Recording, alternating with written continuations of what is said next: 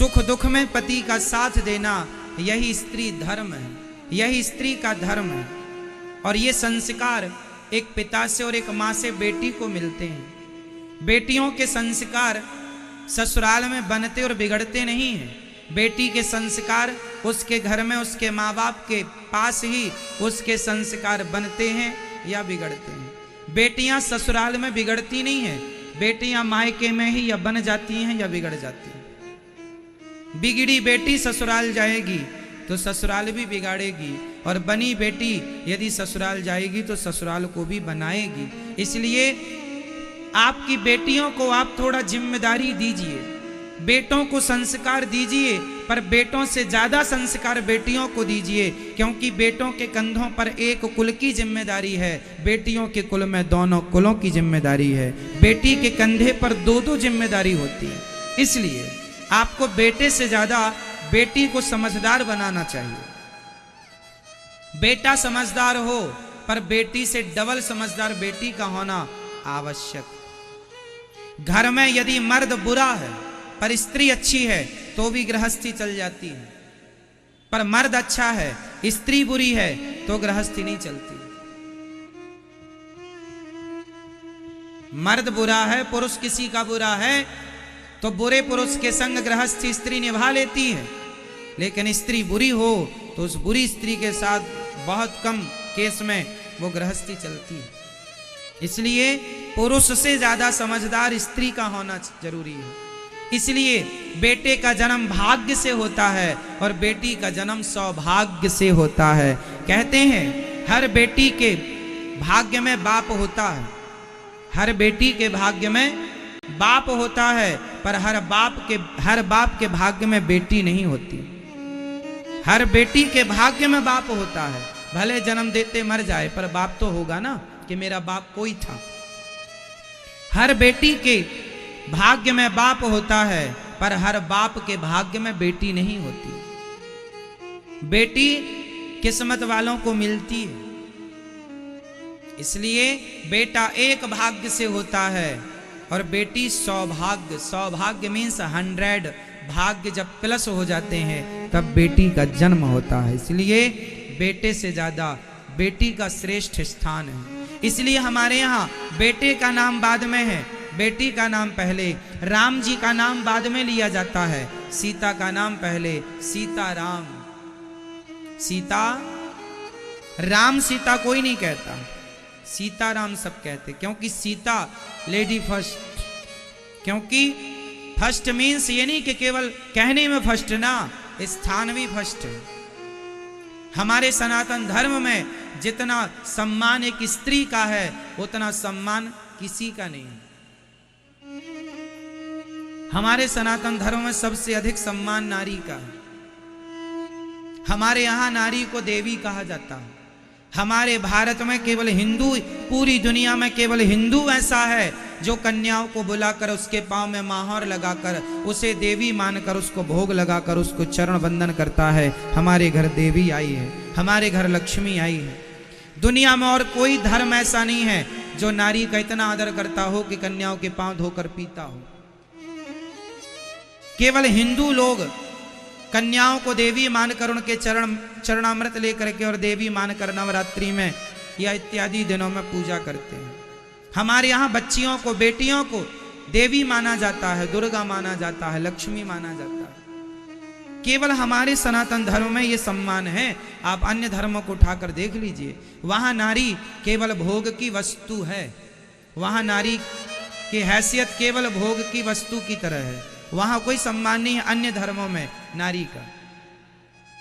हमारे यहां नारी का इतना सम्मान है कि बेटे के लिए लिखा है कि जननी जन्म भूमश्च स्वर्गादपि गरीयसी।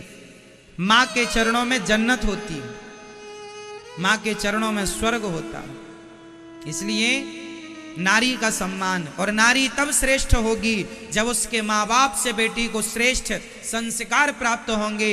एक बार बेटी को संस्कार दे दिया ना तो वह बेटी आपका कुल खानदान तो संवारेगी, लोक परलोक संवार देगी आपका और खुद का। क्या सही है क्या गलत है किसी से भी प्यार कर लेना और किसी से भी प्यार करके अपने माँ बाप से ना बताना और अपने आप को ही होशियार मानना, यही बेटियों की सबसे बड़ी गलती होती है। आजकल की बेटियां अपने माँ बाप को बेवकूफ समझती हैं। कुछ बेटियां, हमारे माँ बाप तो कुछ नहीं जानते, हम बड़ी हो गई हैं, हम आत्मनिर्भर हो सकती हैं, हम सेल्फ डिपेंड हैं, हमें किसी के सहारे की जरूरत नहीं है, किसी की सलाह एडवाइस की जरूरत नहीं है, हमें कोई आवश्यकता नहीं। और उसी का परिणाम है कि 35 टुकड़े हो जाते हैं।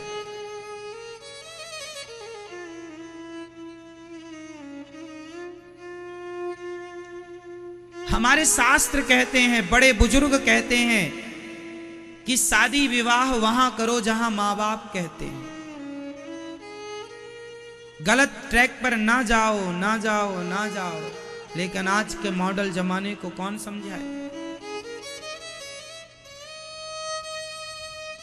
अब जितनी बची बेटियां हैं, आप सीख लेना, समझ लेना, ये दुनिया सिर्फ आपका शोषण करने के लिए बैठी है। आप अब देखो ना, किसी लड़के के संग वो लड़की जाकर रह रही है, उसके माँ बाप को गलत जानकारी दे रही है, वो कह रही है कि हम सखियों के साथ हैं, सहेलियों के साथ, पर रह रही है लड़कों के साथ, लड़के के साथ। फिर अपने माँ बाप की आंखों में धूल झोंक रही है। इससे नुकसान किसका हुआ? हुआ ना नुकसान। आपका झूठ आपकी जान लेगा, आपकी गलती आपको दंड देगी, किसी और को नहीं। इसलिए अपनी अपनी बेटियों को समझा दो। प्यार का भूत सवार हो जाता है कुछ लड़कियों को। प्यार करना बुरा थोड़ी है, प्यार करना चाहिए, परंतु प्यार किससे करना चाहिए? माता सीता ने राम जी से क्या प्यार नहीं किया? क्या माता सीता ने राम जी से प्यार नहीं किया? किया। प्यार करने का थोड़ी कोई मना कर रहा है। शादी कर लो, अपने पति से प्यार करना, अपनी पत्नी से प्यार करना। शादी के पहले ही आजकल लोग संबंध बना लेते हैं। लड़के लड़की आजकल संबंध में रहने लग जाते हैं। अब बताइए, शादी के पहले कोई लड़की किसी पुरुष से संबंध बनाए तो ये एक पतिव्रता नारी के क्या लक्षण हैं? क्या यही हमारी भारत की संस्कृति रही है? क्या ये हमारा संस्कार है? ये संस्कार हमारे नहीं रहे। हमारे संस्कार तो ये रहे हैं, शादी के पहले हमें कोई स्पर्श ना करे और शादी के बाद हमारा पति ही हमारा भगवान है। उसके सिवा दूसरा पुरुष या तो हमारा पिता बनेगा, या हमारा भाई बनेगा, या हमारा बेटा बनेगा। ये भारत की संस्कृति रही है। ये संस्कार हर माँ बाप को अपनी बेटी को देना चाहिए। यदि दे दिया ये संस्कार, तब तो आपने अपनी बेटी को सब कुछ दे दिया। और वरना पैसे देने से कोई बड़ा नहीं होता साहब। आप करोड़ दे दो ना अपनी बेटी को दहेज में, करोड़ देने से आप बड़े बाप ना होंगे। संस्कार कितने दिए हैं आपने? इसलिए हर माँ बाप को अपनी जिम्मेदारी, आजकल के माँ बाप बेटियां और बेटा पैदा तो कर लेते हैं पर पाले पलते नहीं हैं। महाराज जी, हमारी बेटी सुनती नहीं है, हमारा बेटा सुनता नहीं है।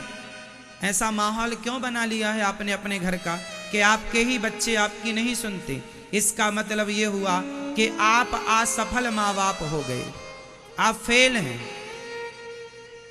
आप फेल हैं माँ बाप, जो फेल माता पिता, असफल माता पिता। आपने अपने बच्चों को संस्कार देने में आप असफल रहे। वो माता पिता सब, शास्त्र क्या कहते हैं?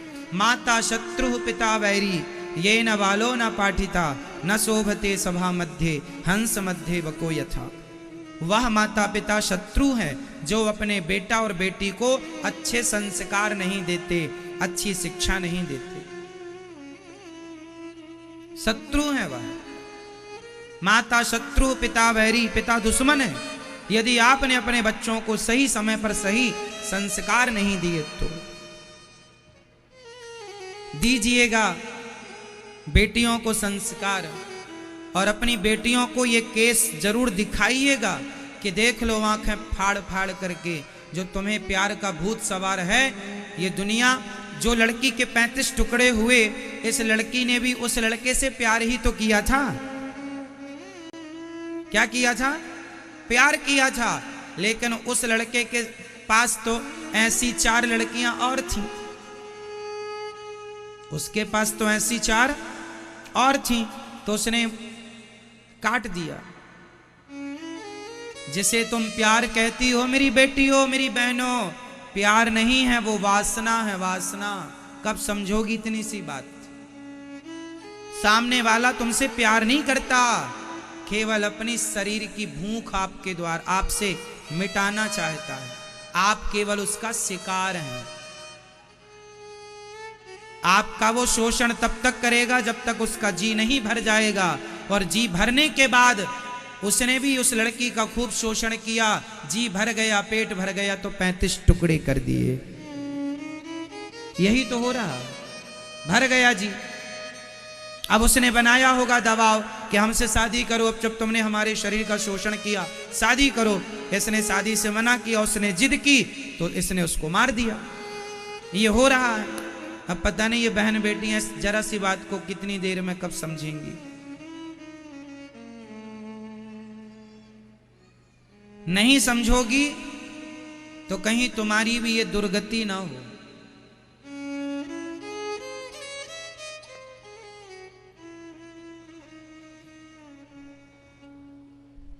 संभल के चलने की जरूरत है, खासकर माता पिता को। बेटियां पढ़ें, पढ़ना बुरा नहीं है। मैंने कहा था कि पढ़ाई लिखाई कराओ बेटियों की, पर बेटियों पर थोड़ी सी नजर बनाए रखो। एक बाप की जिम्मेदारी पूरी करो। बड़े शहर में आपकी बेटी अकेली रह रही है, आज के युग में आप कैसे मान सकते हैं कि वो सिक्योर है, सुरक्षित है? आप किसी को उसके साथ भेजिए, अपनी पत्नी को, अर्थात लड़की की माँ साथ में रहे, या लड़की का भाई साथ में रहे, या लड़की का कोई अपना जिस पे आपको विश्वास हो वो साथ में रहे। 1-2 साल की ही तो पढ़ाई है, त्याग लो ना थोड़ा बेटी के भविष्य के लिए, रह लो ना थोड़ा साथ में, साथ रह के पढ़ा लिखा दो। अकेले छोड़ने का जमाना नहीं है साहब, अब आप माने या ना माने। अकेले छोड़ने का जमाना, यदि आप चाहते हैं कि फिर हो जाए टुकड़े तो हो जाने दो। यदि आप ये थिंकिंग वाले व्यक्ति हैं कि हो जाने दो फिर टुकड़े, यदि आप टुकड़े कराने को तैयार हैं तो फिर आप आजाद छोड़ दीजिए। और आप जरा समझदार और गंभीर माँ बाप हैं तो जिम्मेदारी का परिचय दीजिए। बेटियों की पढ़ाई लिखाई में आप कुछ दिन उनके साथ रहिए, सुव्यवस्थित उन्हें पढ़ाइए लिखाइए, खूब पढ़ाइए ना। लेकिन कल आपकी बेटी के साथ कोई हादसा ना हो जाए, कल ये घटना आपकी बेटी के साथ ना घट जाए। इसलिए आपको एक जिम्मेदार माँ बाप का परिचय देना होगा। माता सीता की जब विदाई होने लगी, एक लड़की जब विदा होती है अपने पिता से लिपट कर रोती है, अपनी माँ से लिपट कर रोती है। मुझे लगता है कि लड़की का जीवन में जितना त्याग है, एक स्त्री जितना त्याग करती है उतना त्याग पुरुष अपने सारी जिंदगी में कभी कर ही नहीं सकता, कभी नहीं कर सकता। लड़की का त्याग देखिए कितना श्रेष्ठ है। पहला त्याग, शादी हुई उस आदमी के संग जाती है जिसे वो पहले कभी देखी नहीं थी, जानती नहीं थी। उस पुरुष के संग वो उसकी पत्नी बनकर चलती है। किसे छोड़कर?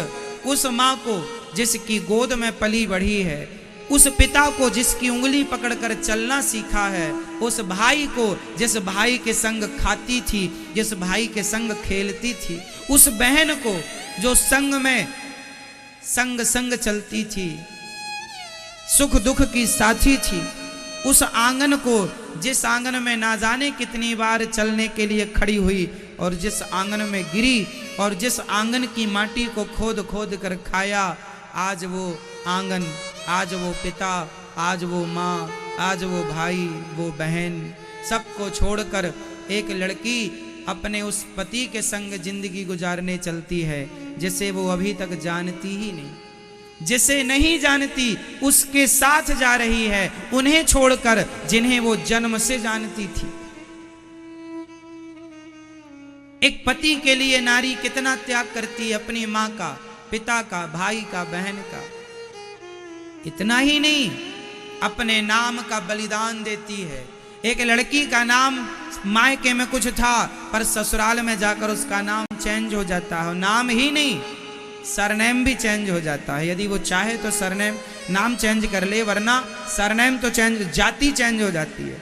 यदि लड़की मायके में फलानी जाति की थी तो ससुराल में उसका नाम बदल जाएगा, गोत्र बदल जाएगा, उसकी जाति बदल जाएगी।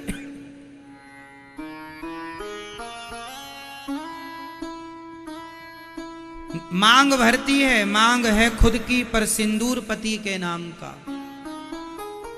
हाथ उसका है पर चूड़ी पति के नाम की, हाथ उसका है पर लाली मेहंदी की पति के नाम की। इतना त्याग तो सन्यासी भी शायद करता हो। इसलिए जब ससुराल पहली बार जब बहू आए तो ससुराल के लोगों से मेरी प्रार्थना है, सास, ससुर, देवर,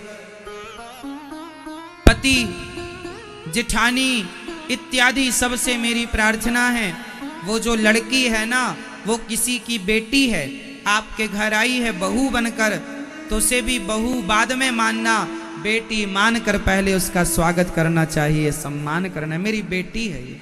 यदि हर ससुराल के लोग अर्थात माता, सास, ससुर यदि अपनी बहू को बेटी मानकर रखें और बहू भी अपनी सास ससुर को अपने माँ बाप मानकर रहें, तो अपने आप आपका घर स्वर्ग हो जाएगा। आपके घर में संसार का सारा सुख और सुकून और शांति होगी।